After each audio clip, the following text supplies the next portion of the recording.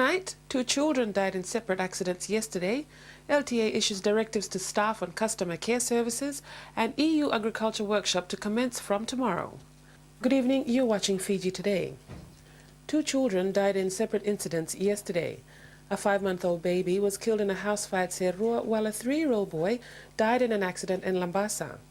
The Fiji police force is concerned with the level of care parents or guardians are showing in keeping their children safe from harm. Police and fire experts are combing the fire scene at Namangu Mangua in Serua to determine the cause of fire that claimed the life of the 5-month-old baby. Police spokesperson Inspector Atunesa Sokomura says the baby's mother had left her at a neighbor's house with 2 young boys, one aged 2 and the other 6, while she went to the river to wash. A fire broke out. The 2 young boys ran out, leaving the baby behind.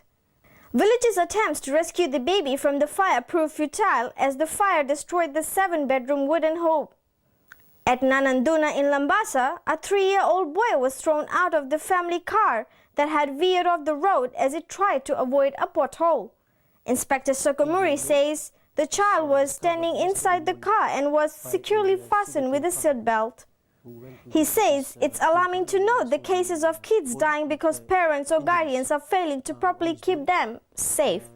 The driver of a container truck that killed 58-year-old Suva dock worker Etika Mbuliroro has been interviewed and released.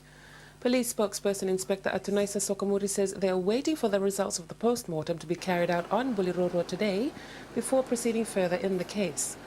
Inspector Sokomuri says Mbuliroro was standing beside the exit point at Walu Bay when the trailer of the container truck hit him and pulled him underneath.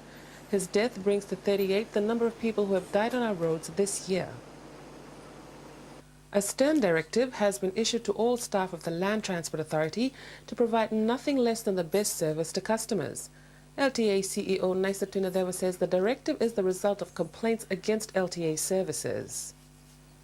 The directive challenges managers and team leaders to lift the standard of service given to every customer or stakeholders.